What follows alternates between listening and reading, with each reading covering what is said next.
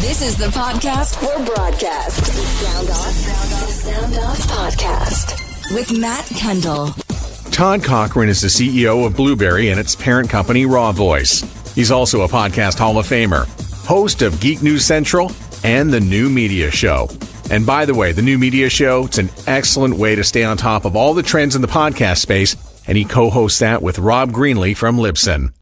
Todd has opinions, and he's not afraid to share them when it comes to podcasting and its evolution. One of the things that I really appreciate about Todd is his willingness to connect podcasting's past to its present, and to provide an opinionated voice of reason. Now, I realize that's a contradiction of terms, but if his opinion fills up a Facebook group full of comments, well, that's progress, right? We're going to talk about the RSS feed and what it's all about, podcasting's future, and he offers a number of things for you to consider before starting a podcast, whether you're a radio station owner or personality. This is one of those episodes where you might want to be taking notes. Todd Cochrane just recently moved from Hawaii back to Michigan, and that's where we start. What brought you to Hawaii? Military. Did almost 25 years active duty, and I spent the last 10, 12 years right in Oahu. So retired there, then spent the next 10 years trying to figure out how to get out. So it was good while it lasted. So my kids and wife and I, they're separated, are still there. But and I now be going back for Thanksgiving. But it's I'd be honest with you, I don't miss it. Well, you certainly don't miss the travel, because the travel must have been insane for many years for you. Oh, it's been insane for many years, no matter what. Even now it's insane. So it's just a little, it's a little less insane. But, it's 5 hours to get somewhere versus 10. So it's not as bad. But I'm 2 hours from the airport, too. So that adds from a little bit more of a dynamic, but it's still better. Tell me about your early days of podcasts, those early days when you first got in and you first decided to do a show. Oh man. So I don't know. Do you know the genesis story of the podcast and how it got started? I would love to hear the story. In 2004, I had gotten hurt pretty bad. It wasn't combat related. It was a recreation injury in a swimming pool in Bahrain. And so I was laid up in the hospital 13 days in a back injury. Couldn't fly anymore. Grounded for life because they put steel in my back, and basically had a burst compression fracture. I was really lucky. And when you're broke in the military, there's lots of scrutiny on you on what are you going to do for me, And as I was in convalescent leave, I was looking for a job, really. And I heard about this contract overseer, essentially, watching airplanes being built in Waco, Texas. And I said, hey, I can fly a desk. So I went to Waco and basically was doing contract oversight on aircraft modifications and spending a lot of time in my hotel room because I was on off hours because I was in a clamshell, and it was 110 in the shade in Waco, and you're in a clamshell. It's the best thing to do. It's be in air conditioning. So at the time, I was spending a lot of time on the internet, and lo and behold, I ran into Adam Curry and Dave Weiner's Daily Source Code. And, about 3 or 4 episodes in from them, I'm like, man, I could do this. And ran over, because I was a blogger at the time and really not a great blogger. And ran over to Walmart, was literally across the highway from where I was at, and bought a LabTech microphone and recorded the first 4 or 5 episodes right in the hotel in Waco. And things were off to the races. It was crazy because there was no... We were hand jamming feeds. I was on Movable Type at the time, which was a content management system. I don't know if it still exists. And then from there, it really turned into a, trying to stay ahead of the bandwidth game and trying to keep the show online because, we were all on shared servers, and I was basically about every third day I was moving the media because I'd blown through 500 gigs of data and onto the next server. And I arrived back in Hawaii and, a month and a half later and said, hey, I'm a podcaster. And my wife looked at me like I was from Mars and she kind of put her finger in my face and said, you got 2 years to figure out how to make money on this thing. And because I'd had some other schemes in the past that didn't really, throw another $1,000 at it and it would be flushed down the toilet. So I think she was worried about that aspect because it was expensive at the time. Again, I think I had up to 8 or 9 shared hosting accounts by the time the show was even like a month old. And, we kind of figured at the time that I was up to around 30, 40,000 listeners, but probably was more like 10 because we really had no filtering or nothing, had no clue on measurement. None of that stuff was in existence yet. When Wiley Publishing came calling in November, early December, and said, hey, we want you to write a book on podcasting, I responded back kind of a snarky way. And really it was kind of rude. I said, you've got to be beeping me. And they replied back and said, no, we're not beeping you. We want you to write a book. Why don't you look us up? And I did. And I said, oh, these guys are for real, and signed a contract. And by mid-January, I was mid-process in writing the first book on podcasting. This is pre-iTunes. The book came out in June of 2005 and got an advance on the books. That kind of solved the monetization situation. And then late June of 2005, GoDaddy called and said, hey, we want to sponsor your show. And there's a whole story behind that. And from there, it's pretty much history because after the first 30 days, and I had sold the show way cheap. And after 30 days, the GoDaddy rep called me back and said, hey, we want to renew for a year. And I said, well, how did we do? And she told me, and we had turned on almost 400 new customers. And the amount of money I was charging was woefully inadequate. And I went back and renegotiated the deal. And as we're getting off the phone, basically, Chris Redlinger said to me, she said, do you know any other podcasters that would like to have GoDaddy as a sponsor? And by that time, I'd already started Tech Podcast. And I said, yes, I do. And what would you rather have? 10% of 100 people's money or 100% of, 1%, that old saying. But so I started basically on my show. I called out and said, hey, I need looking for a lawyer, looking for a biz dev, looking for a graphics guy, looking for a programmer. And frankly, Blueberry was born from listeners from my show. I found everyone except for the programmer, which the graphics guy knew a programmer, and that ended up being Angelo Mandato, who's now our CIO.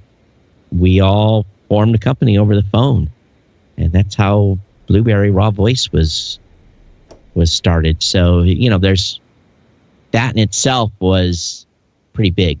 What separates Blueberry from all the other hosts today, like Buzzsprout and Libsyn?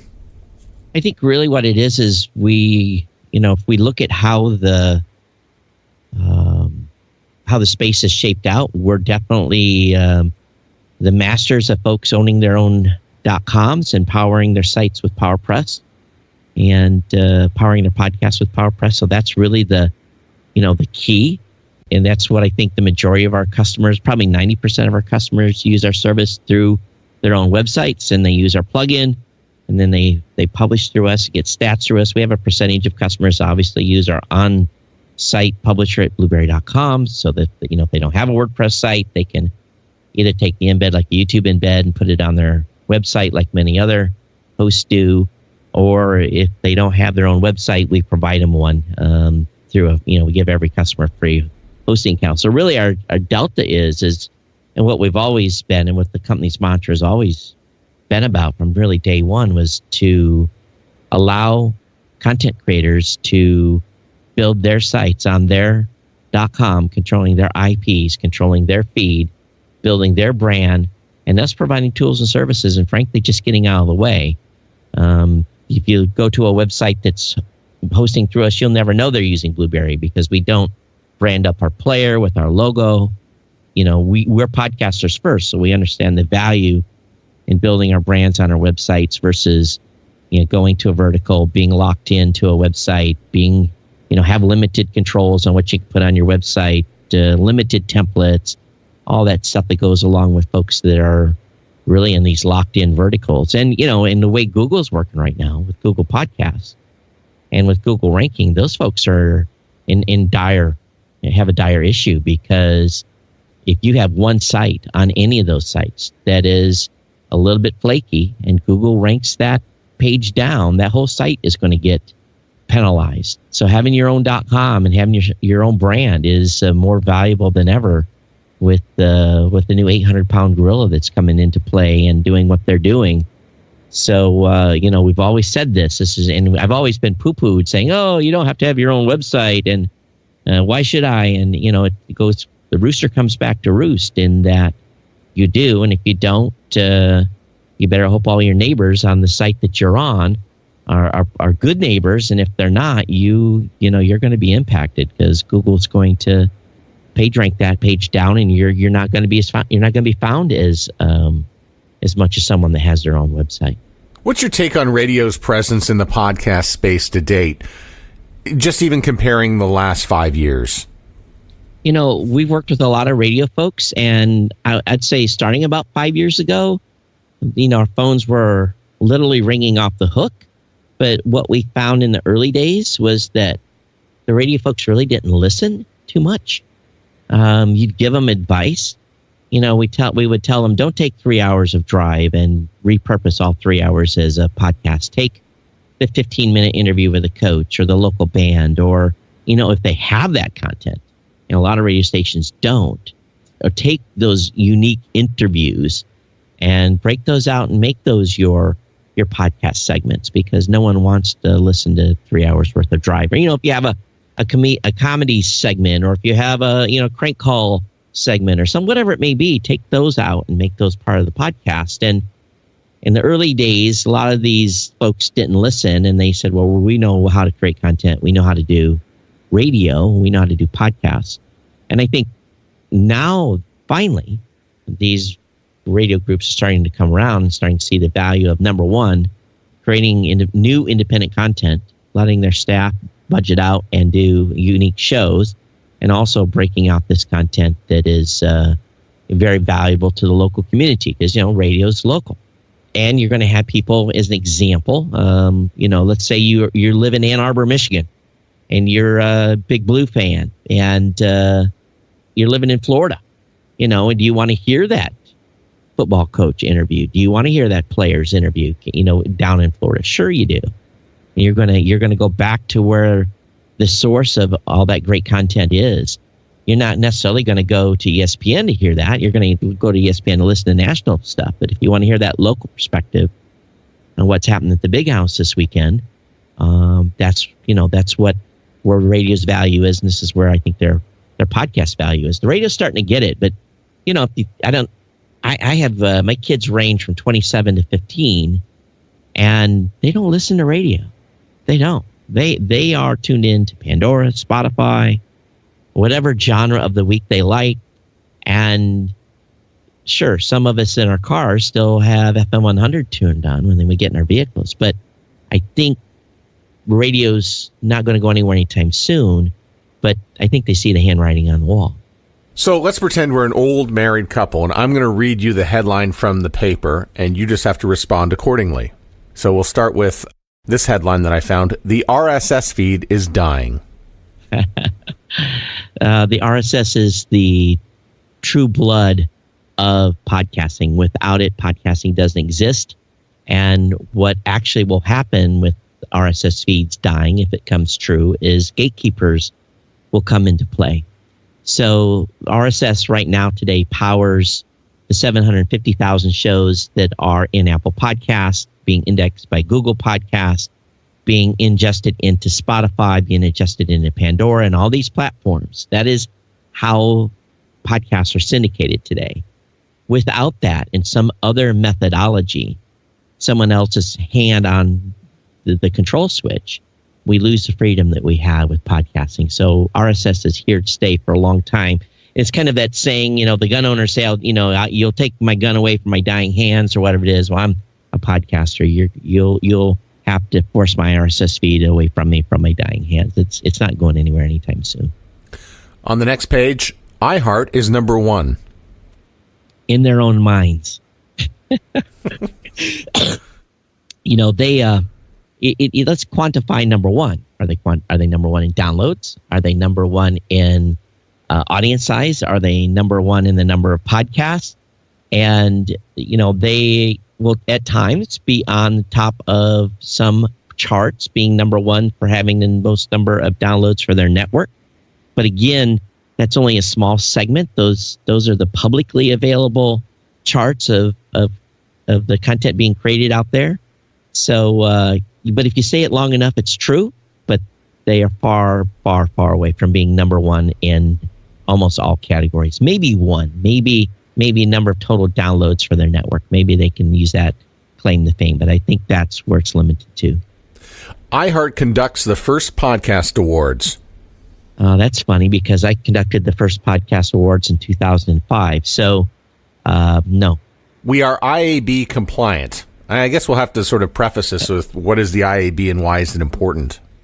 Yeah, so big difference between IAB certified compliant and IAB compliant. The IAB, in conjunction with 36 companies, one of which was mine, worked for a number of years to come up with a set of podcast measurement guidelines, of which today we're on version 2, of which there is a certification process through the IAB Tech Lab, through an independent auditing firm that comes in and basically looks at your guts and goes through and a 3 to 4 to 5, even some companies have taken 6 months to get through the audit process to become certified. So once a company is certified, that is truly the gold standard. Blueberry and NPR were the first two groups to be certified by the IAB Tech Lab. There's probably been 6, 7 more since then. But to say you're compliant is not the same as being certified. And what we have found is those that say they're compliant, oftentimes once they become certified, will end up having an adjustment. It's usually downwards. It's usually significant. So it's very important to know the difference between certified compliant and those that say they're compliant. SoundCloud is a great podcast host. SoundCloud is, since their financial difficulties a couple of years ago, no longer has a podcast team. They have not implemented any new Apple specs in the last couple of years. Matter of fact, folks that are on SoundCloud now going on SoundCloud are having difficulties getting approved because they are not aligned with the new categories. So SoundCloud, while once was a viable option for people to host their podcast, today there's many difficulties over there for new shows. Existing shows are probably okay, long as they are not in a category that's been affected by the Apple change. But it's kind of like it's running on autopilot over there, and it's only going to get worse with time. Using a free podcast host is the future. There's, obviously there's competition in this space right now. I think that anyone that has any type of history in the space will know that free podcast hosts have come and gone. The most recent one that was saved as they were on their last legs of their financing was, of course, Anchor. Spotify bought them. So I think they're pretty safe for the midterm. What we find is those that use free podcast hosts generally are not as serious. They're maybe experimenting, and there's plenty of room for people that are looking to experiment and see if podcasting's for them. We often find those shows will graduate into paid services. Just like any business, there has to be some sort of true financial model in order to keep the lights on, keep the employees paid, benefits paid, the rent paid, all the things that go wrong with running a business. Free is a difficult model. It's not impossible. And we're starting to see more folks come in and try the free model. We'll see what happens. Podcasts are streamed, not downloaded. Podcast is all podcasts minus groups like Spotify, which do truly stream. They'll take the raw log file, unless they're through pass-through, and let me define that.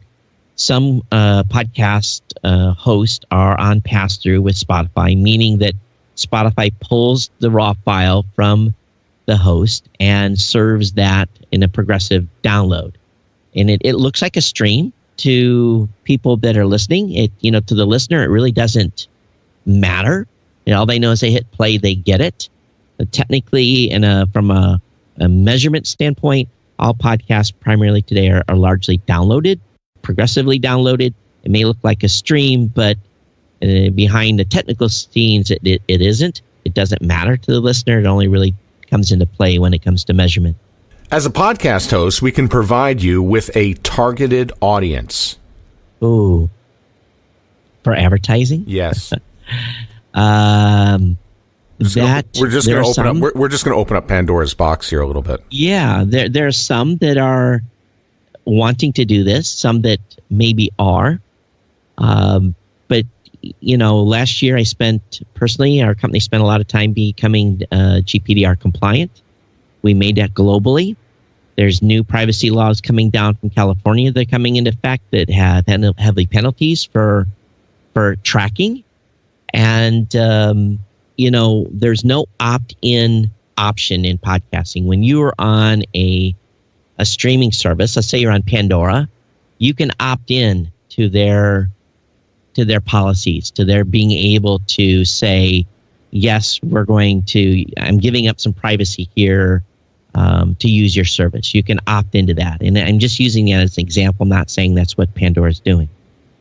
But in podcasting, when you subscribe to a show, there's no opt-in as a listener to grant someone additional rights to track them and to essentially invade their privacy.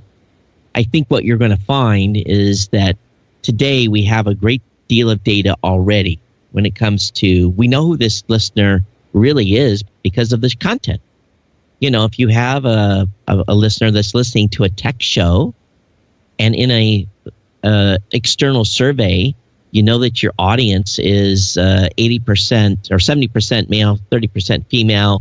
You know that what you're married. You get these demographic data, which you can get through survey data.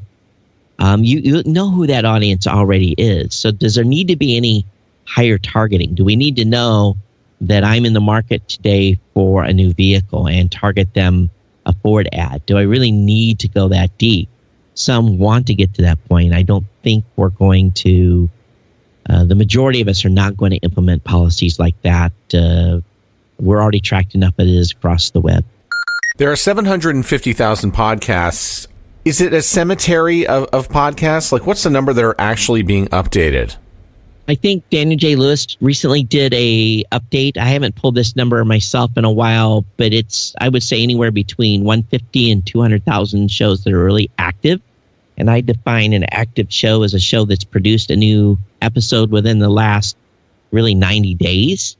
Some folks want to use a 30-day window, but if you look at a 90-day window of active shows, we're probably around 150 to 200,000 active shows. There is still a lot of viable content on Apple Podcasts that maybe isn't producing anymore. You look at like a series like Anchor. They haven't produced a new episode, but I can almost guarantee that show gets tens of thousands of downloads a month still, even at this point, as people are just discovering it. But there are probably a wasteland of older shows on there that at some point Apple will probably start to clean up as maybe the media goes offline, or the RSS feed's not available anymore.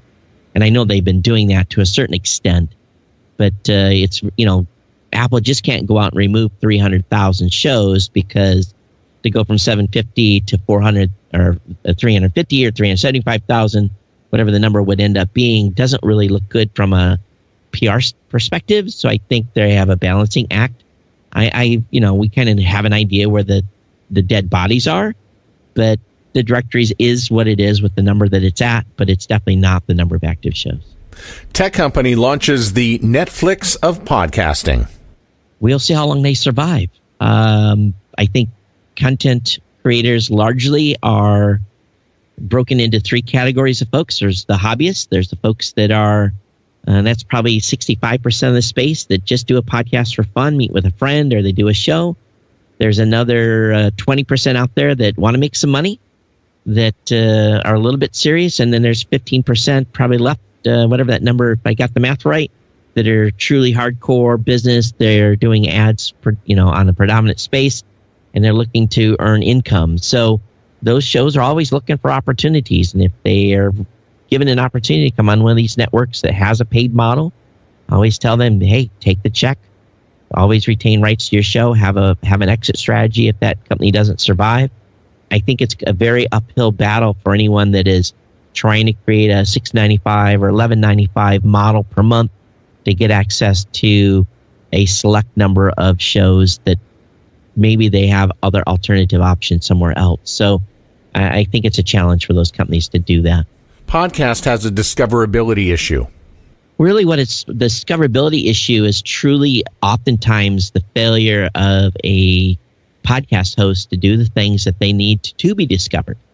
If you are online, if you are living in the world of the web, you have to have the ability for the Googles of the world to index your content to be able to be found. And going back to what I said earlier, if you don't have your own .com, you don't have the ability to write extensive show notes, to have some context for Google to figure out who you are.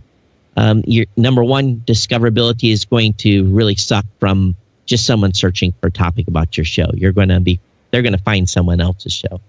Number two, podcasts are truly discovered often by word of mouth. I'll tell someone I'm listening to this show, and this show, which will trigger them to go and listen to those podcasts.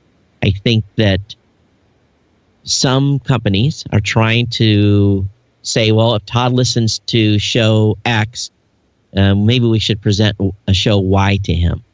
I think that's a real big challenge because of the breadth of the content out there, and they have to figure out, is this a quality show? There's a lot of things they're going to go into having some sort of discovery engine. So I think for the near term, I think still word of mouth, being able to be found online, running concise titles to your episodes, potentially having indexing of the transcripts of shows so that it even raises the availability of being found even higher.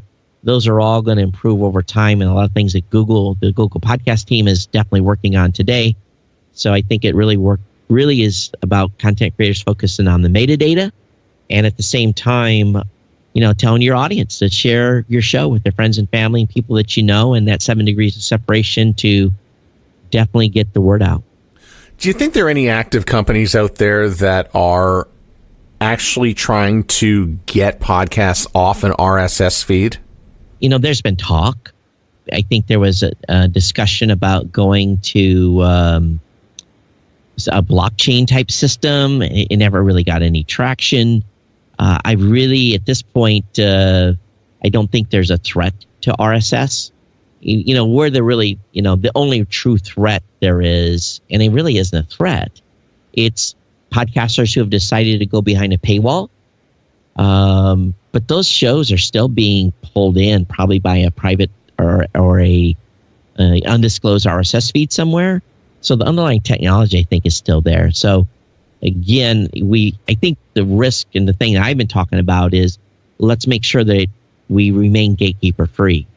And that's just being vigilant and talking and being publicly vocal about podcasting and how it's an open medium and how to remain an open medium. What's your take from the podcast movement when Tom Webster from Edison Research says that people are consuming their podcasts on Facebook or they're consuming it on YouTube and without an RSS feed? I think from that perspective, I've always said I don't care where people consume the content as long as they consume it. They want to consume on YouTube, great. They want to consume on Facebook, great. I think there's a sliver of shows that maybe are having some success on YouTube, but at the same time, those same shows are available via Apple Podcasts and Google Podcasts. It's not like they're not available in any other medium. It's not like they've been siloed into just doing YouTube. I publish I do a live stream with my show, and it's, the live stream is up on YouTube. I get a handful of, post views. If you're just doing audio, it's not super compelling on YouTube. But again, I don't care where people listen, but I don't think you're going to see this big shift to those platforms. YouTube's a strange animal. And if you've been successful on YouTube before, you probably have a higher probability of being found as a podcaster on YouTube as well. But I guess we'll just see. We'll see what happens. And the more listeners that discover the content is good for me. Again, I don't care how they consume it, but I know that I've got it available all these distribution, platforms. Tell me a little bit about the podcast community, because it surprises me that, you do a show with Rob Greenlee. He's at a competing company. Everybody seems to be friends and everybody works together to move this space forward. I came from radio and I found it a little bit shocking that everybody works together to this level. And it's also refreshing. Well, I think, it's some people that don't know. Example, Rob Walsh over at Libsyn. Him and I have, run-ins all the time online, talking about differences in philosophy of podcasting, and that's often what it is. If you think about it, the Libsyn way is come to Libsyn, be on their platform, publish on their platform, distribute on our platform. Where our philosophy is, have your own website, publish on your own website, distribute on your own website. It's a philosophy difference. So oftentimes the discussions often are around the how, but I think we all work together as far as being able to promote the space and push the space together as a medium. We all came up in this space together. We started when, there was 600 of us or 1,000 of us in California at the first podcast conference and, drinking beer together and talking about the space. And before there were really any companies. And I think that's why Rob Greenlee and I are good friends, is that, Rob was part of Tech Podcast Network in the early days and helped do some things with the community. So I think we all have these long-term relationships. There are some that I will say that are not as friendly. I think if you look at folks that would be maybe considered the old school, the old guard, the OG, we're all pretty, I can call Rob and say, hey, I got a customer that's coming to you, or you can call me and say, I got a customer coming to you, and we're friendly about it. We'll jostle a little bit back and forth with each other and have a little fun picking on each other. But some of the new entrants in this space are not as, how should we say it, as willing to hang out and be friendly. And I think that's just the kind of the nature of the things. A lot of the folks that are in the podcasting space are podcasters too, so they understand the struggles. A lot of the new entrants are not. So I think that maybe is where it confuses them a little bit. So we all heavily compete. Don't get me wrong. We're always looking to figure out what we can do to one-up each other. But at the same time, we still have a beer together. You host Geek News Central. You also do the new media show. You use video. What is your take on using video these days, about getting it out to all the social media platforms? I saw you were using StreamYard. Are you liking that? I use StreamYard when I'm traveling. I'm not home and have the production facility that I have here. StreamYard is a unique platform. I think they've got a lot of potential. I think they have to add some more feature sets to make it something that'll be something that everyone can use. But, when I started doing video, it was still really when Ustream was probably the only player. I think it was about 8 years ago when I started doing streaming. I started with a TriCaster broadcaster from New Tech. And the reason I did video in the early days was that I wanted to see how it would play, how it would interact in the audience, who would listen, who would watch. And I did it more of as an experiment, and some of our customers were starting to use it. And really what we find, and what I have found doing live, is that I get a little bit of interaction from the audience that maybe you would get if you were on the radio and we're getting someone to call in. Because oftentimes when you're doing a solo show, like I do with Geek News Central, it's just me. I have to, get that energy up, have that entertainment, and I have to, provide feedback either via email that's came in from the week before. But with the live show, at least someone can say a comment and I can kind of interact with it a little bit. So for me, on the social aspect, I do it largely for the interaction of the audience that watches. And there's not that many that'll tune in, 20, 30, maybe they'll tune into a live stream. And at least for my show, the time I do it, and it's fun. So for me, it just added a little bit more of a freedom to be a little more expressive and to interact with the audience. Still today, probably 85% of my shows consumed strictly through audio, and 15% is actually subscribed to by the folks that get the video portion of the podcast. But again, less than maybe 0.1% or something like that actually watch live. Maybe it's small. It's obviously a smaller number than that based on my show size. So for me, it was really about, and it also makes me a better podcaster too. You have to be better prepared. It's just like being live on the radio. There's no do-overs. You have to get it right the first time. So you've watched podcast movement grow, and over the last few years, what are you seeing about the type of people who show up and want to get into the podcast space, and how the groupings of people have evolved over the years? Yeah, it's kind of exciting. You know, when podcast movement started, there was a lot of folks that were really into the internet business side, and were doing affiliate type stuff.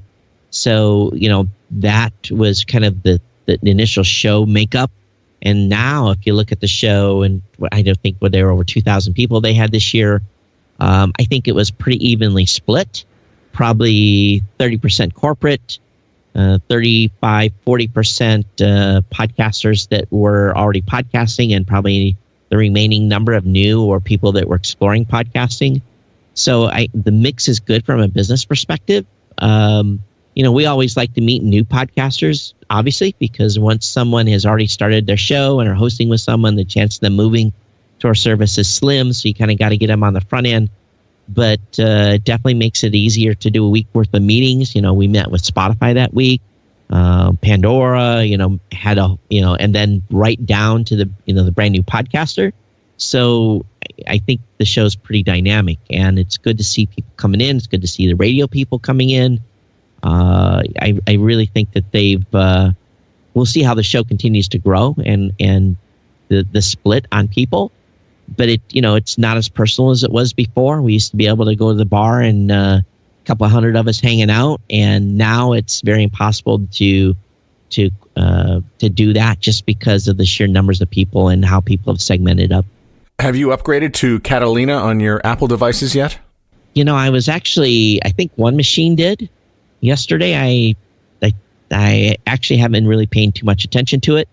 I'm an Adobe Edition Adobe fan, so I'm not affected. I know that some folks that use Audacity should not be upgrading because Catalina is supposedly killing Audacity. So I haven't been affected personally, but I know some podcasters have been.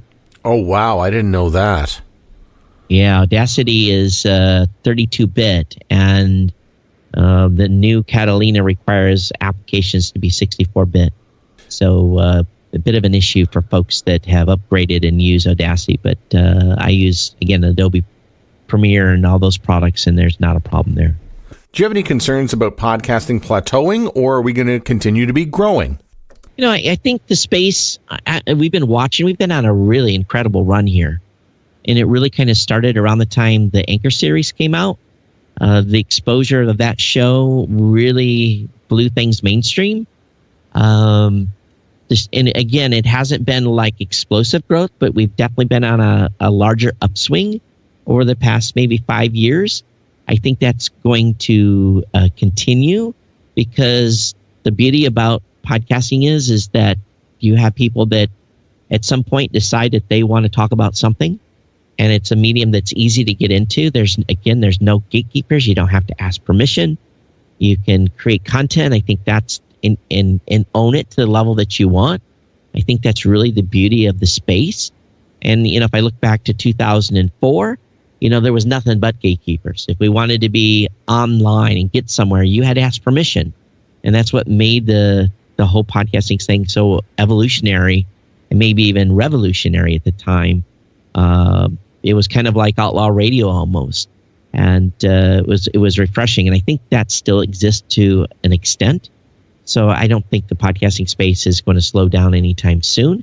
Definitely the business of podcasting is changing, consolidation, lots of big players out there, but there's still room for the guy that wants to record on his kitchen table. And I think that's the beauty of it. This is the podcast for broadcast. You've got the ears of the bulk of the radio industry listening to you. What is your message to people in radio as it pertains to podcast? The broadcast space is realizing that change is afoot. It's not going to happen tomorrow. But I think if you look ahead 10 to 15 years, I think that digital is a very strong suit in your future. If you really want to think about podcasting too as a place to find talent, podcasting can be used as AAA farm. You can go find some talent out there and add them to your lineup. And I tell radio stations all the time, your budgets are such where there is no budget for this. So if you've lost a science segment, or you've lost the home and garden segment, or you've lost the guy that's reporting on whatever topic that you used to be able to budget and have on staff, why not go out and find 5 podcasters that fit those categories that maybe you need a 3-minute segment for on the morning show, and use that talent and use a segment of those shows to continue to support broadcast, while at the same time building a network, a digital network that you can build into a business that, number one, you can not only advertise locally, but you can also get national advertising for. I think that is a big key play that a lot of radio stations are kind of ignoring at this point. And you've got fantastic talent in-house. If you've got the budget and the time and someone wants to do, or let's say some talent wants to do a show on something, doesn't have to be that expensive. You don't have to have tens of thousands of dollars to do a single show. You need one person that's willing to pull up a mic, do a little editing, and kick it out. It doesn't have to be perfect. Radio's not perfect. Podcasting doesn't need to be perfect. So I think that there's plenty of opportunity here to build big audiences beyond local, but at the same time, continue to fulfill the mission of your local broadcast studio. You still want to reach the guy that's doing drive. You want to tell him where the traffic accident is. But little by little, Waze and Google is starting to replace some of those needs. So you're going to have to diversify the content over time. And I think podcasting is a great place to start. If you bring people up or push people down, whichever way you want to look at it, I think it's a great opportunity for radio. And those that understand the power of the medium are starting to invest a little bit. Todd, thanks so much for everything you do, including the new media show. I'm a big fan. I'm there every Saturday morning at 11 o'clock. I'm in the Central Time Zone, so that's when I watch and I listen and I pick up all the latest from the podcast world. Well, I appreciate it. And for those that are listening to the interview, definitely go over to newmediashow.com, get subscribed to the show. I always tell people you can get a PhD in podcasting.